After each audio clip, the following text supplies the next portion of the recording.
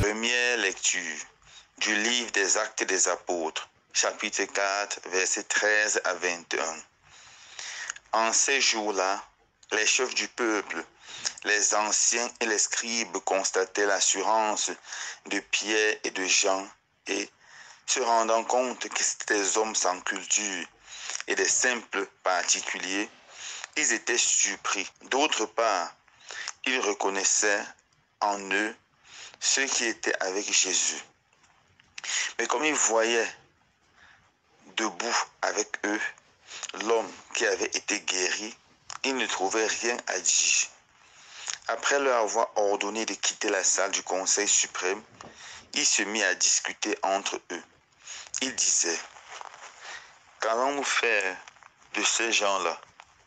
Il est notoire en effet qu'ils ont opéré un miracle. Cela fut manifeste par tous les habitants de Jérusalem et nous ne pouvons pas le nier.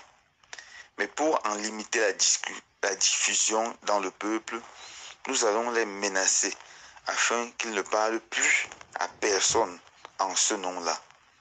Ayant rappelé Pierre et Jean, il a interdit formellement de parler et d'enseigner au nom de Jésus. Ceux-ci leur répliquèrent: est-il juste devant Dieu de vous écouter plutôt que d'écouter Dieu? À vous de juger. Quant à nous, il nous est impossible de nous taire sur ce que nous avons vu et entendu. Après de nouvelles menaces, ils les relâchèrent, faute d'avoir trouvé le moyen de les punir. C'était à cause du peuple, car tout le monde rendait gloire à Dieu pour ce qui était arrivé. Parole du Seigneur, nous rendons grâce à Dieu.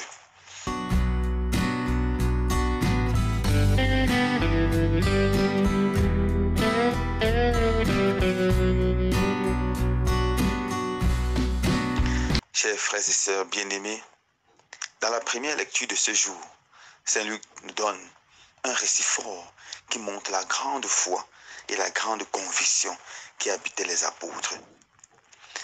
Après la résurrection de Jésus, après avoir expérimenté l'amour fort du ressuscité et après avoir reçu le Saint-Esprit, les apôtres ont commencé à annoncer l'évangile. Le passage de ce jour se situe après que Pierre et Jean aient guéri un paralytique près de la belle Borde. Les chefs du peuple les arrêtent, les font fouetter, les mettent en prison. Mais ils continuent à avoir un courage, une audace impressionnante. Alors les chefs après les arrêtent, mais sont étonnés parce que ce sont des hommes sans culture. Ils ne sont pas instruits, ils n'ont pas fait de grandes études. C'est la première chose qui les étonne. Et ils donnent l'ordre de ne plus jamais annoncer aux hommes que Jésus est vivant, qu'il est ressuscité. Mais ceux-ci disent: c'est à vous de juger. Faut-il obéir à Dieu ou obéir aux hommes ou obéir aux hommes? Mais nous sommes convaincus, nous devons obéir à Dieu. Trois petites choses, frères et sœurs bien-aimés. Première, on n'a pas besoin d'être très intelligent, d'avoir fait de longues études pour être témoin de Jésus. La preuve, c'est que si c'était vrai, ce sont ceux qui ont des master degrés, des doctorats ou même des professeurs qui devaient être des hommes qui ont la plus belle foi ou qui vivent de façon morale. Mais dans nos sociétés, nous sommes souvent surpris de voir le contraire. Souvent, ce sont les intellectuels qui conduisent le peuple à la dérive. Quelqu'un disait une fois, en Afrique, ce sont les professeurs agrégés qui ont désagrégé les pays, qui ont désagrégé notre continent. On voit souvent des hommes qui ont fait des grandes études, mais qui vivent dans le mal, dans le mensonge, qui créent des systèmes de corruption pour piller le bien public. On voit des hommes qui ont fait des grandes études, qui créent des systèmes électoraux injustes afin de se perpétuer au pouvoir ou de perpétuer certaines personnes au pouvoir. On voit des personnes instruites qui créent des systèmes pour frauder, piller, voler le bien public, détourner le bien commun. Frères et sœurs bien-aimés, ce qu'il nous faut pour témoigner de Jésus, pour mener une vie morale authentique, pour fuir le mal et éviter le bien, c'est avant tout une conviction forte que Jésus est vivant, qu'il est ressuscité, qui nous appelle à vivre en enfant de lumière. nous devons retenir. Deuxième chose que nous devons retenir de cet évangile, c'est que quand on a une conviction forte, quand on a fait l'expérience du ressuscité, rien ne peut nous décourager. Même pas les intimidations, même pas la peur, même pas la mort. Rien ne peut nous décourager. Regardez, frères et sœurs bien-aimés, la vie des martyrs. Regardez la vie de Monseigneur Roméo. Quand tout le système était contre lui, il a dit non, je dois prêcher l'évangile. Coûte que coûte, Jésus est vivant, il est contre l'injustice. Il a été abattu, mais il est mort avec cette conviction forte. Jésus est vivant, il est ressuscité. Regardez Sainte Agathe, cette jeune femme vierge, elle a accepté d'être tuée, massacrée, au lieu de régner Jésus, parce qu'elle savait que Jésus était vivant. Il est ressuscité. Regardez Mère Teresa, elle a sacrifié tous les conforts du monde pour se mettre au service des plus pauvres, des plus malheureux. Servir Jésus dans le plus pauvre.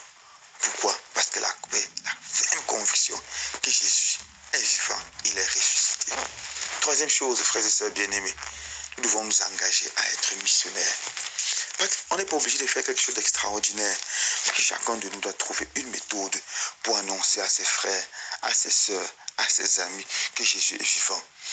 Cette conviction que le Christ est ressuscité doit absolument être partagée. Chacun doit trouver une méthode. Je conclue en racontant cette petite histoire pour voir comment quelqu'un a trouvé aussi sa méthode à lui d'annoncer l'évangile.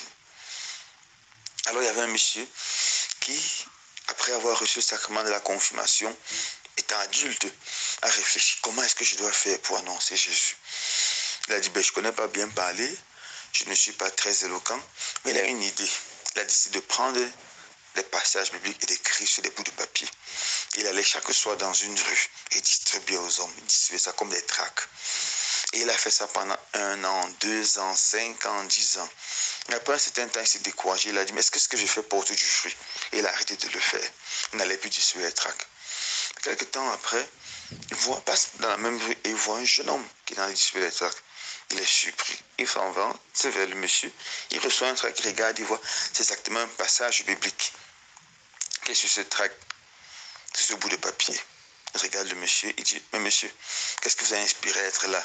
Le jeune homme le regarde et lui dit, il y a quelques années, j'étais découragé, j'étais désespéré, j'étais au bord du suicide, de la séparation totale avec ma femme et de la ruine de ma vie. Je suis passé ici et un monsieur m'a donné un bout de papier. J'ai regardé ce bout de papier, c'est Dieu qui me parlait. Ça m'a touché au plus profond de mon corps. J'étais tellement reconnaissant envers Dieu et envers cet homme. Mais ça fait déjà quelques années, je n'ai plus vu cet homme ici, ce vieux homme. Alors je me suis dit, il est déjà mort, il est certainement au paradis. Alors j'ai décidé de continuer sa tâche afin que par moi, le Seigneur continue à bénir d'autres personnes. Mes frères et sœurs bien-aimés, ne nous décourageons pas. Même nos actes les plus simples d'évangélisation portent du fruit et on saura cela un jour au paradis. Loué soit Jésus-Christ.